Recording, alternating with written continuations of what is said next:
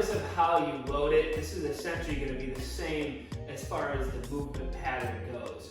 The lateral lunge is probably one of the lunge variations that requires the most hip mobility, and it is a little slightly more advanced progression to lunging, but it's a great way to get out of the sagittal plane and be able to kind of move side to side in strength training, and it's just a fundamental movement pattern that we want all of our clients to essentially be able to master.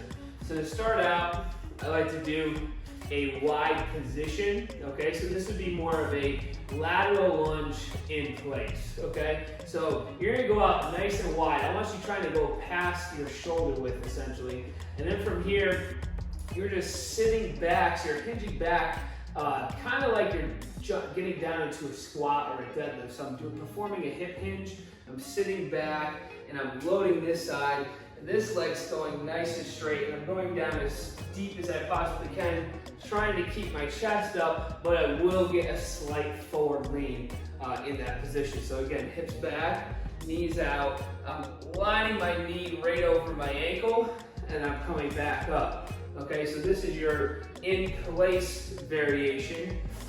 If we progress you more to a step out lateral lunge, it's the same exact movement, except now you're just stepping out into that position and exploding back up. Stepping out and explode back up. Now, if we say, indicate that I want you to do all the reps on one side and then switch to the other, that's how I want you to perform it, where you perform all the reps on one side. Or if we want alternating, we may step out, lateral lunge, and then you're gonna go right over to the other side.